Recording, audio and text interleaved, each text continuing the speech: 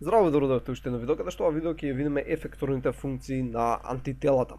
Сега, првично знаеме дека во организмот имаме многу Б клетки, така, каде што секоја Б клетка има различно антитело на својата површина. Нормално се разликува главно во варијабилниот регион, но има и други различни константни региони. Сега, тоа антитело, да речеме дека ќе се врзе со одреден антиген, така, тоа ќе предизвика тој антиген да биде фагоцитиран, така што ќе биде разграден и ќе биде прикажан на МХЦ, така, значи имаме МХЦ, каде што ќе биде прикажан и сега може да биде детектиран од страна на Т клетка.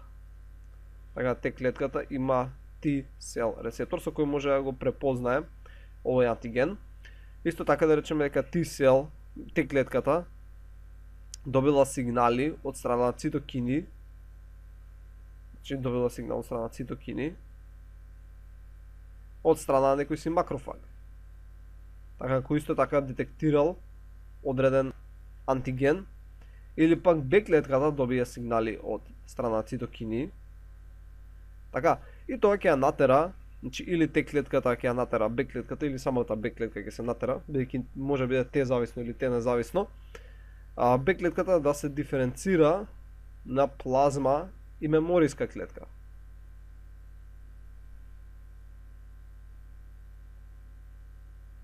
Така, плазма клетката ќе си биде истата таа Б клетка, само што веќе нема да ги содржи на мембраната тие антитела, него ќе почне да ги секретира овие портокалови антитела, да најдат уште такви антигени во циркулацијата, додека мемориската ќе си биде едноставно Б клетка, која на својата мембрана ќе го задржи тоа антитело, со цел во иднина да имаме поголеми шанси да го сретнеме тој антиген ако повторно се внесе.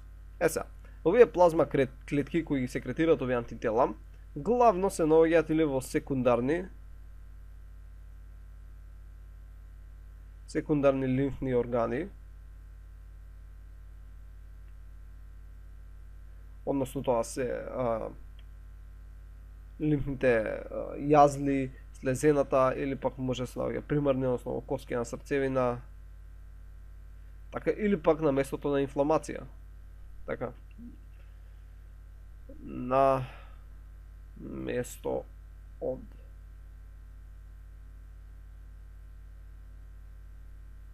односно место на инфламација. Окей. Значи тие се трите главни региони во кои може да ги сретнеме овие плазма клетки, така, кои ќе секретираат овие антитела. Сега, овие антитела од кои ќе бидат секретирани ќе се најдат главно во циркулацијата, но и во другите телесни течности. Така и они сега ќе си се движат низ циркулацијата. И сега ќе видиме како всушност, мислам, зошто се важни да циркулираат во циркулацијата. Која е нивната ефекторна улога? Сега, нивната ефекторна улога всушност произлегува од каков е нивниот константен регион на тешкиот синџир. Така, значи, ај вака, всушност ова лошо го нацртав, ќе го прецртам. Значи имавме тежок синџир, така и имавме лесен синџир.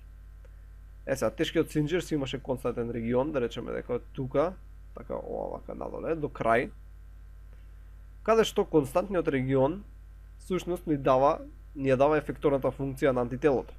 И нормално имавме различни видови на тешки синџири, така имавме алфа, имавме делта, имавме гама, имавме епсилон и ми. И во зависност кој тежок синџир го имаш и која подкласа, мислам, кој тежок синџир го имаш, всушност се делеа на различни имуноглобулини. Така имавме имуноглобулин А, имуноглобулин Д, имуноглобулин Г, имуноглобулин Е, имуноглобулин М. И тие се главните класи на имуноглобулини, нормално има и подкласи, но тие ќе разгледаме во наредното видео. Значи сега е битно да знаете дека имаме различни тешки синџири и зависно каков е константниот регион на тој тежок синџир, ќе одреди ефекторната функција на даденото антитело. Сега, зошто тешкиот синџир да дава ефекторната функција? Едноставно тоа е многу просто и сега ќе видите зошто е тоа. Сега, една од функциите на антителата е всушност опсонизација. Односно, да речеме имаме одредена бактерија, така, значи ова е некоја си бактерија, која што има одреден антиген на својата површина кој ќе облежава како триаголниче. Така, сега, ти овдека имаш некој си макрофаг, имаш некој макрофаг кој би сакал да фагоцитира оваа клетка, но тој едноставно нема рецептор со кој може да го препознае тој антиген. Така нели макрофагот има некои си toll-like рецептори, има scavenger, има rig-like, nig-like, така различни рецептори, но да речеме дека ниту еден од тие pattern recognition рецептори на макрофагот не го препознаваат овој триаголник. Што да прави? Како да го фагоцитира? Едноставно го имаме ова протокалово антитело кое е комплементарно, така може да се врзе со овој црвен така антиген, додека задниот дел, константниот, ќе штрчи надвор. Така, значи, ако збизумирале овдека, така ако зумираме овдека, идеме некаде си на страна, како што е мембраната, ево, да правиме како што е мембраната, го имаме антигенот, го имаме антителото. Не е баш вака, ама окей. И ова штрчи натаму. Гледаме дека антиген binding сајтот, кој се наоѓа нели во варијабилниот регион, така ова беше антиген врзувачки регион. Тој е заложен за да се врзе со антигенот. Така, неговата функција е само за да се врзе. А овој задниот дел, односно FC регионот, така овој целиот беше FC, додека овој беше FAB. Така, значи FC регионот е тој кој штрчи нанадвор. И потоа врз него нашиот имун систем може да препознае што да прави. И сега да речеме го имаме ово антитело, протокалово, кој се врза до дадениот антиген.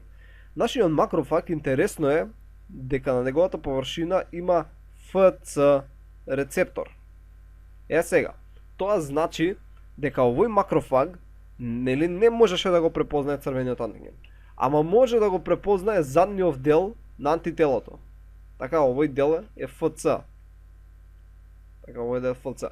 Има FC рецептор и затоа сега макрофагот ќе може да го препознае антителото кое го препознава антигенот. Односно индиректно макрофагот ќе може да препознае бактеријата и ќе може да започне процес на фагоцитоза.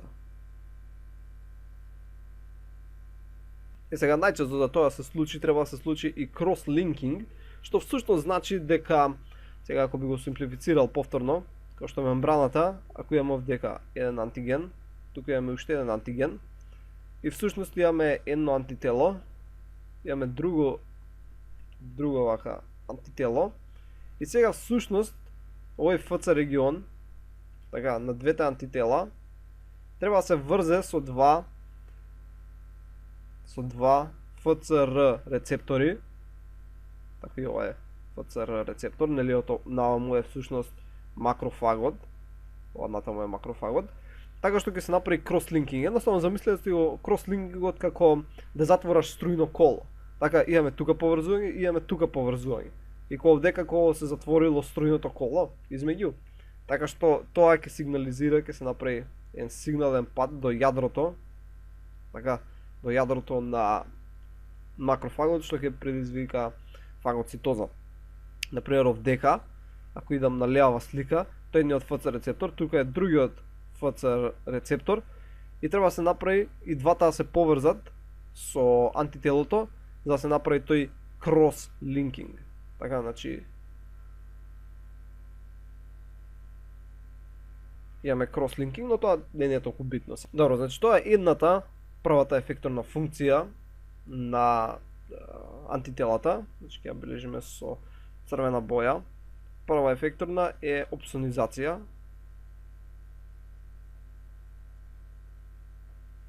Така, значи, ќе обележиме. Втората ефекторна улога е всушност да го потегнат системот на комплемент.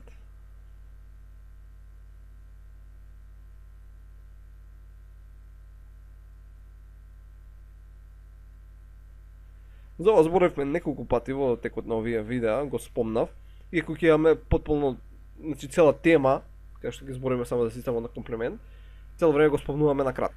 Но главното беше дека имаме имаме цела група на серумски гликопротеини, значи голем број на серум гликопротеини. Значи голем број на серум гликопротеини кога граат овој системен комплемент. Сега, кога тој е активиран од страна на имуноглобулин М и имуноглобулин Г, така, значи активиран од имуноглобулин М и имуноглобулин Г, кога тој ќе се активира, сушност, разгледавме во некој си прехваме видео таму, кога зборав за воведот, од прилика како иде процесот на активација на системот комплемент, но главно е дека ќе се создаде, ќе се случаат и други работи, но ќе се создаде мембран атакинг комплекс, одnosno МАК, кој што всушност служи за пенетрирање на мембраните, значи ова е мембраната на бактеријата, ова е тој, не знам со друга боја, мембран атакинг комплекс, кој ќе како еден вид торпедо, замислете си, кој ќе ја пробуши, така ќе ја пробуши мембраната и ќе направи дупка у нејзе. Така што ќе може да влегува и излегува течности од бактеријата постојано, така што мислам ќе се уништи интегритетот на бактеријата и бактеријата ќе умре. Значи една од функцијата се направи овој мембран атакинг комплекс. Друго, што е многу интересно, е како нус продукт на целиот овој систем се создава еден протеин наречен C3b. Сега, овој C3b фрагмент, така, значи, се врзува и со клетки, но се врзува главно со комплекси на антиген-антитело. Значи, антиген-антитело комплекс. Односно, да речеме дека имаме некоја си бактерија, така имаме одредена бактерија, која што има одреден антиген, така и на нејзе се врзало одредено антитело, и овдека сега имаме комплекс на антиген-антитело. Така. Сега, овие C3b фрагменти може да се врзат овдека. Така, ќе се врзат со комплексот, сега не е баш вака шематски прекажано, но ќе се врзат со комплексот на антиген-антителото. Сега, зашто е ова важно? Интересно е, бидејќи голем дел од нашите клетки во организмот имаат рецептор за C3b. Да речеме ова е еритроцит. Тој еритроцит има рецептор за C3b, одnosno C3b рецептор ќе обележиме, но исто така и макрофагите, имаме некој си макрофаг, макрофагите реков дека ќе бележам вака, исто и макрофагот има C3b рецептор. Сега, зошто е ова битно? Бидејќи како што си шета овој макрофаг, може да го сретне овој C3b кој се врзал за антиген антителото комплексот и ќе започне процес на фагоцитоза. Така, значи фагоцитоза. Океј, тоа е логично, но зошто например и еритроцитот има ваков рецептор? Кај еритроцитот интересно е дека ако еритроцитот го препознае овој C3b фрагмент, еритроцитот нормално не може да изврши опсонизација на бактеријата, ама ќе го залепи и ќе го прикачи. И едноставно ќе се добие, вака ќе направиме, ќе идеме вака на страна, тоа што ќе се добие е да еритроцитот ќе му биде возило, така, значи го имаш одека рецепторот, кој што е прикачен за C3b, каде што C3b е прикачен за антитело антиген, кој е дел од бактеријата, и сега овие се како еден комплекс прикачани целите. И еритроцитот всушност ќе биде еден вид како возило, така што ќе го однесе целото ова делче, целата оваа бактерија, ќе однесе до слезината. Така како транспорт до слезина. Така, и кога ќе однесе до слезината, таму нормално ќе имаме многу макрофаги кои ќе бидат сосема задоволни да фагоцитираат оваа бактерија. Значи, ова е многу интересно. Еритроцитот се врзува за C3b, така што сега е врзан и сега ја фаќа бактеријата и ја носи со нејзе.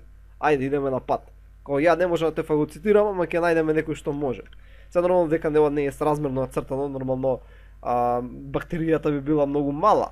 Така бактеријата би била многу мала. Бидејќи еритроцитот е всушност, ако ова би го нацртал исто насразмерно, било ова е бактеријата, така, тука е C3b рецепторот, тука е антитело антиген комплексот со C3b, така колку една точка и бактеријата би била толицка вака некако. Така и всушност ја користи како возило. Односно еритроцитот е како возило на бактеријата и ја носи до слезената. Аха, сега тука ќе те фагоцитираат. Трет начин, односно трета ефекторна функција на антителата е всушност, три ќе забележиме, и ова е многу слична со првата, antibody dependent cell mediated cytotoxicity. Односно, антитело зависна клеточно пренесена цитотоксичност. Океј.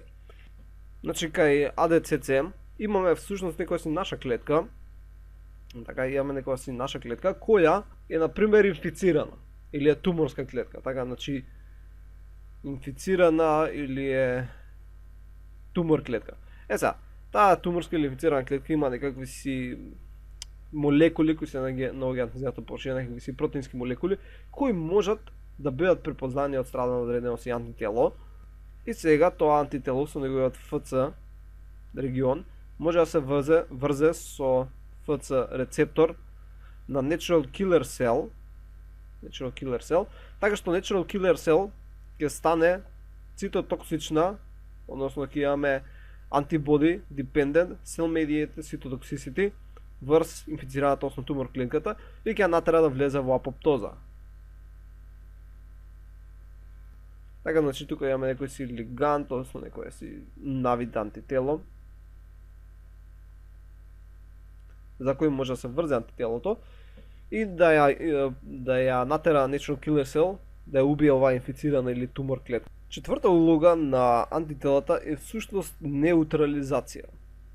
Така, четврта улога неутрализација. Односно, со неутрализација може всушност да неутрализираат одредени патогени организми или пак некои токсини. Да речеме имаш некоја си молекула која е протеин, која е дел од отровот на некоја си, не знам, змија или што и да е. Не мора да е протеин, може да е јаглихидрат, може да е слично, така некој си липид. Океј. И сега, ако имаш антитела кои се врзани околу него, тој не може да се извршува својата улога, така не може да биде како отров, бидејќи не може да функционира, не може да се врзе соодветно со одредени протеини така што да действува како токсична супстанца. Значи, може да неутрализираме отрови, или пак може да се неутрализираат различни вируси или некои си бактерии, односно патогени организми. И ова е многу интересно. Например, имаш некој вирус, така, или да не име за вируси, иако и важи за вируси, ама бактериите обично ги цртам вака со зелено. Имаме некоја бактерија.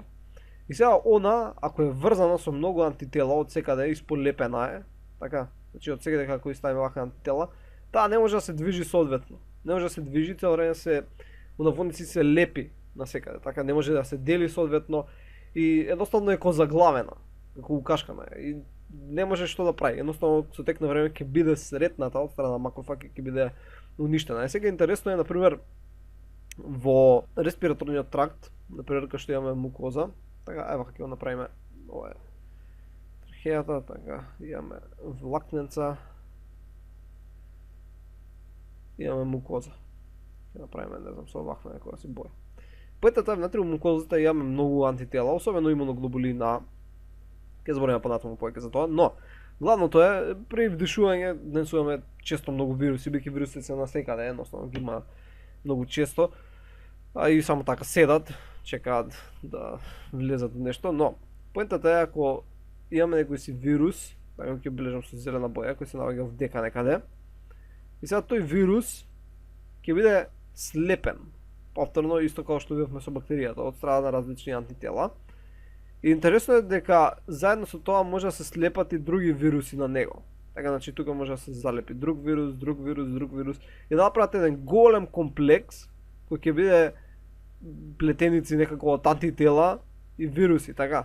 Едноставно сите ќе бидат исплеткани заедно. И поради тоа вирусите не може да навлегуваат у клетки. Така како ќе навлегуваат толкав си големи не можеш да функционираш. И како такво големо парче, едноставно ќе самите влакнеца ќе го тераат нагоре по мукозата и на крај ти ќе го искашлаш, ќе го кивнеш или пак ќе го голднеш по стомакот, ќе го разложи HCl. Е сега една интересна способност на антителата е всушност процесот на трансцитоза. Значи ние си видовме дека антителата да ги имаме, рековме дека се наоѓа главно во крвта. Но поентата е сега видовме дека се наоѓа и во мукозата. Е сега, тоа го прават преку процес на трансцитоза, каде што всушност можат, ева ќе идеме тука на страна, каде што си имаме крвен сад, антителата можат да ги преминат епителните бариери. Така, значи можат да преминат во други места, да искочат од крвните садови. Трансцитоза. И ова главно го прават имуноглобулини А или имуноглобулини Г. И видовме нели дека може всушност да се најдат во мукозните, односно во мјукасот, слузот на дишните патишта, така и сега може од дека да ги имаме имуноглобулин А. И ова не е само важно за да имаме во различни мукозни, да се наоѓаат на различни мукозни мембрани, така кои ги обложуваат нашите внатрешни канали, него поентата е исто, ова е важно при кај мајките при созревање на фетусот, да можат антителата да ја поминуваат, така да поминуваат плацентата. Значи плацента,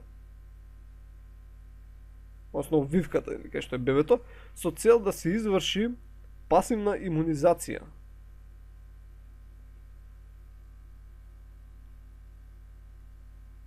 На бебето, така на фетусот. Дејќи бебето нормално уште нема свој убав, добро развиен репертоар на антитела и мора мајката, односно антителото на мајката да го заштитат и главно тие кои поминуваат имуноглобулини Г. Сега, постои пета функција која најчесто не е опишана, но ние ќе ја спомнеме, која што е поттикнување на дегранулација. Така, значи пета функција, односно дегранулација. Каде што всушност ова важи за еозинофили, мастоцити или некои базофили.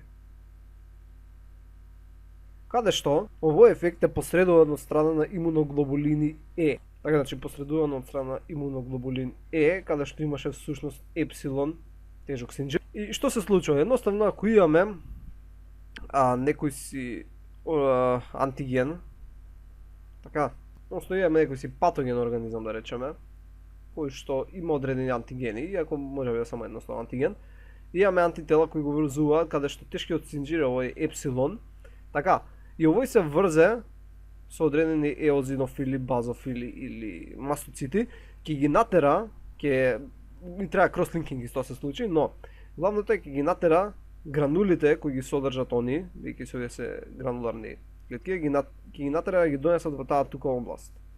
И потоа ќе ги натера да ги испуштат, да испуштат содржината во околното ткиво. И со ова испуштање на содржината во околното ткиво, они ќе уништат се околу. Така и ова е дел од алергиските реакции и ова е битно при паразитски инфекции. Например, ти ако имаш одреден паразит, така имаш одреден кој црвки на цртаме, нормално дека ти не можеш овој да го проголташ. Не можеш со овој со фагоцитоза да го фатиш. И затоа ќе дојдат тука многу еозинофили. Така, нивните рецептори ќе се поврзат, кога да зумираме тука, не знам зашто правам од далеку. Нивните рецептори така ќе се поврзат со овој имуноглобулин Е, кој се поврзал со паразитот, и овие ќе ги испуштат сите супстанци кои се наоѓаат во нивните гранули во околната средина. Така што оваа цела овдека средина ќе ја направат со тие супстанци кои се наоѓаат во нивните гранули, така кои ќе разградат се овдека. И ќе го уништат паразитот. Значи антителата може да поттикнат дегранулација при заразено со паразити или некои други работи. И тоа беше главно за функциите на антителата. Значи ја имам објаснато во некој си претходно видео, ова да го запишеме со црвена боја. Но овдека сега малце ги разгледавме подетално. Така. И тоа беше се за ова видео, се надам дека научивте што ново и ќе се видиме во наредното видео. Довидување.